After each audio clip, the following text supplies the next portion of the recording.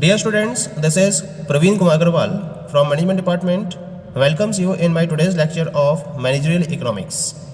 In today's lecture, we will discuss upon the topic Fiscal Measures to Control Inflation. जैसा कि previous lecture में हमने topic start किया था कंट्रोल ऑफ इन्फ्लेशन, और इन्फ्लेशन को कंट्रोल करने के पॉइंट ऑफ व्यू से हमने डिफरेंट मॉनेटरी मेजर्स को डिस्कस किया था।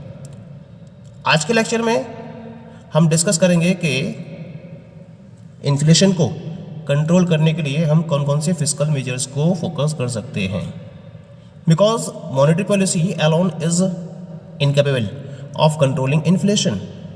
It should therefore be supplemented by fiscal measures. Fiscal measures are highly effective for controlling government expenditure, personal consumption expenditure and private and public investment.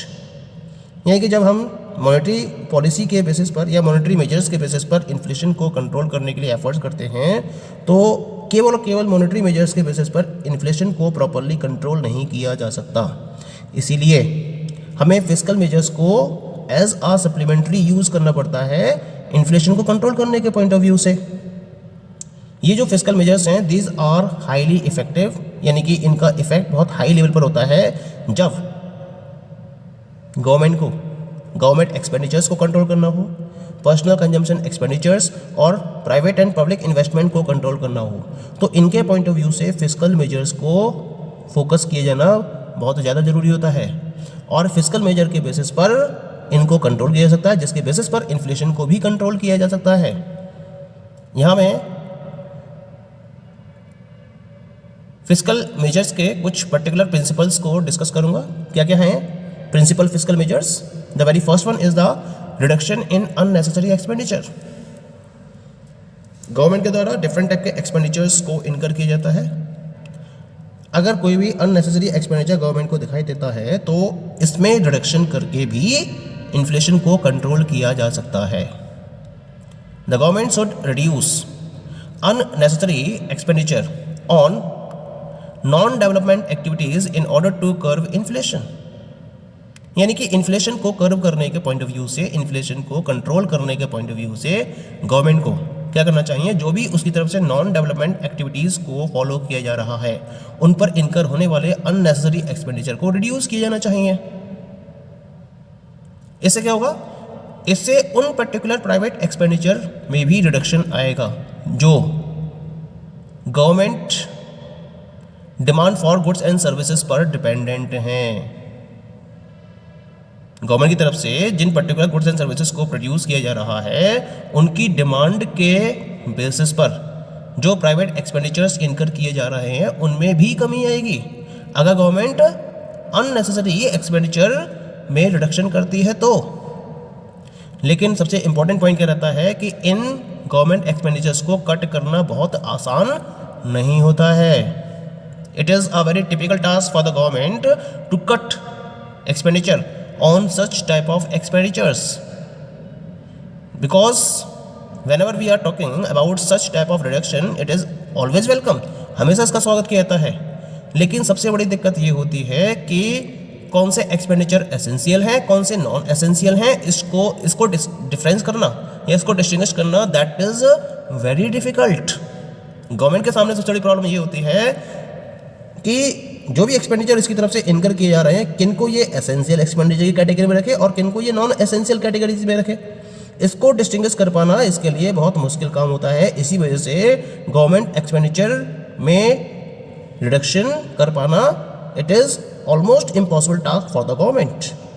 इसी वजह से इस major को टैक्सेशन के through supplement किया जाता है, यानी कि गवर्नमेंट अपने एक्सपेंडिचर को रिड्यूस ना करके टैक्सेशन पॉलिसी को फॉलो करती है और उसके बेसिस पर इन्फ्लेशन को कंट्रोल करती है.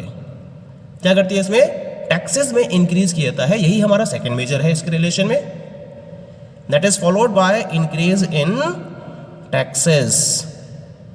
The major emphasis of fiscal policy in inflation has been on reducing private spending through increased taxation. यानी कि यहां पर क्या करती है गवर्नमेंट? टैक्सेस को इंक्रीज करती है.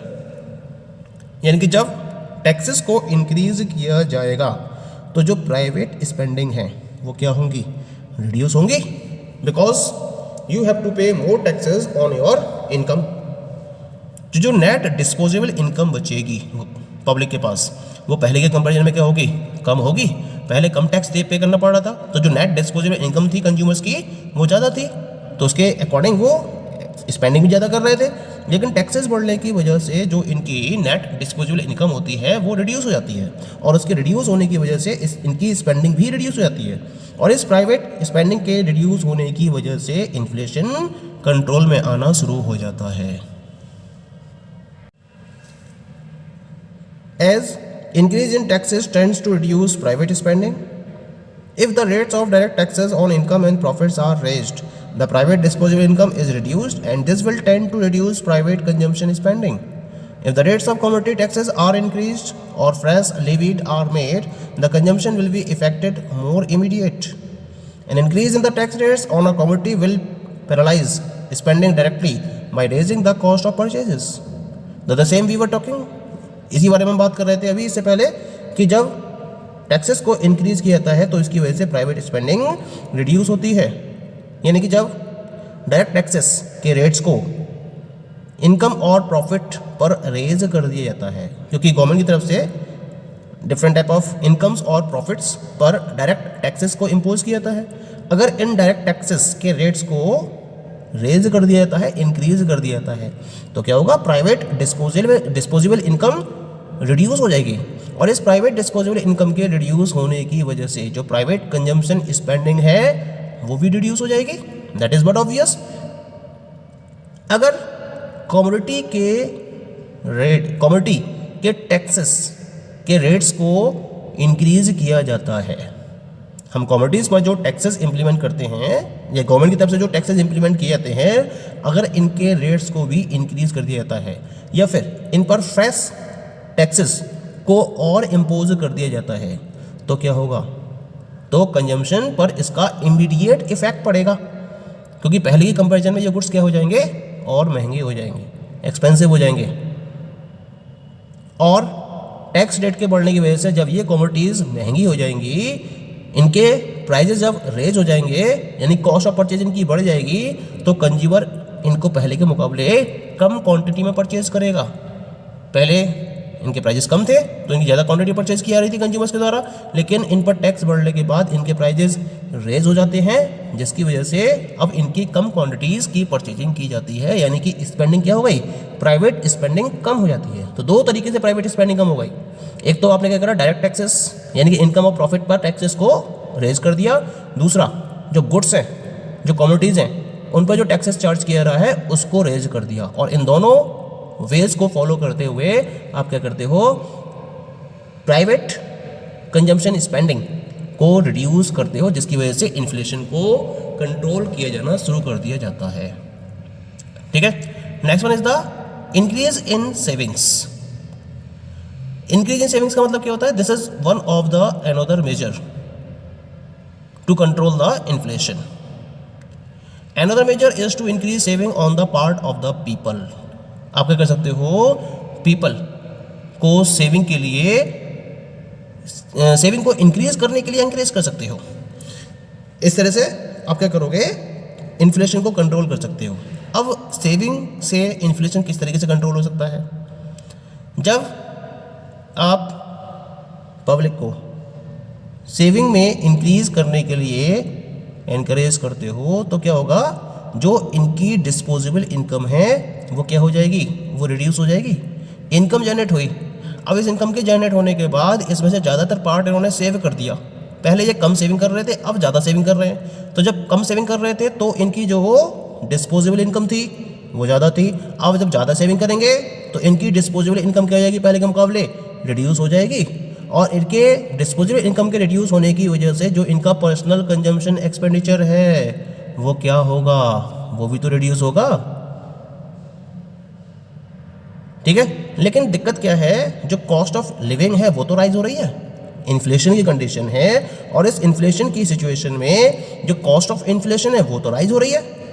तो इसका मतलब जो पीपल हैं वो वॉलंटरली बेसिस पर सेव करने की पोजीशन में नहीं होंगे, क्योंकि इस इन्फ्लेशन की वजह से हर एक चीज़ बढ़े हुए प्राइस में अवेलेबल होगी, जिसकी वजह से इन्हें सेव करना बहुत ज़्यादा मुश्किल हो जाता है। तो वॉलंटरी बेसिस पर तो ये सेव नहीं करेंगे। फिर सेविंग के लिए इंक्रीज करने के लिए कैसे इंक्रीज करा जाए, इसके लिए गवर्नमेंट क्या करती है, government should float public loans carrying high rates of interest. High rates of interest के बेसिस पर पब्लिक लोन को फ्लोट करना चाहिए यहाँ पर गवर्नमेंट को, यानी कि ऐसी पर्टिकुलर स्कीम्स लेके आए जिसमें पब्लिक अगर सेविंग करती है तो उसको हायर रेट्स ऑफ इंटरेस्ट पे किए जाएंगे। इससे क्या होगा, या फिर इसके साथ साथ ये सेविंग स्कीम्स को भी स्टार्ट कर सकती है जो प्राइज मनी प्रोवाइड करती है, या फिर लॉन्ग पीरियड के लिए लॉटरी सिस्टम को फोकस कर सकती है, जहाँ कंज्यूमर्स को उनकी सेविंग के बदले में ज़्यादा रेट ऑफ इंटरेस्ट पे किया जाएगा। इससे क्या होगा, इससे क्या होगा, जो पब्लिक है वो सेविंग अमाउंट को ज़्यादा से ज़्यादा इन पर्टिकुलर स्कीम्स में सेव करेगी, ज़्यादा रेट ऑफ इंटरेस्ट को अर्न करने की वजह से। इसके साथ साथ एक तरीका और होता है इसमें, कंपलसरी प्रोविडेंट फंड को भी इंट्रोड्यूस कर सकती है, या फिर प्रोविडेंट फंड कम पेंशन स्कीम्स को भी इंट्रोड्यूस कर सकती है। ये कंपलसरी बेसिस पर किया जाना चाहिए गवर्नमेंट की तरफ से। जब इन्फ्लेशनरी सिचुएशंस क्रिएट हो रही हैं तो क्या होगा, जो पब्लिक है वो अपने अमाउंट को इन पर्टिकुलर स्कीम्स में सेव करेगी, तो जो उसके पास नेट डिस्पोजेबल इनकम है या प्राइवेट डिस्पोजेबल इनकम है वो क्या होगी, वो रिड्यूस होना स्टार्ट हो जाएगी। और जब रिड्यूस होगी तो ऑटोमेटिकली इन्फ्लेशन को कहीं ना कहीं कंट्रोल करने में सक्सेस मिल जाएगी। तो ये तरीके हैं जिसके बेसिस पर सेविंग को इंक्रीज करके इन्फ्लेशन को कंट्रोल किया जा सकता है।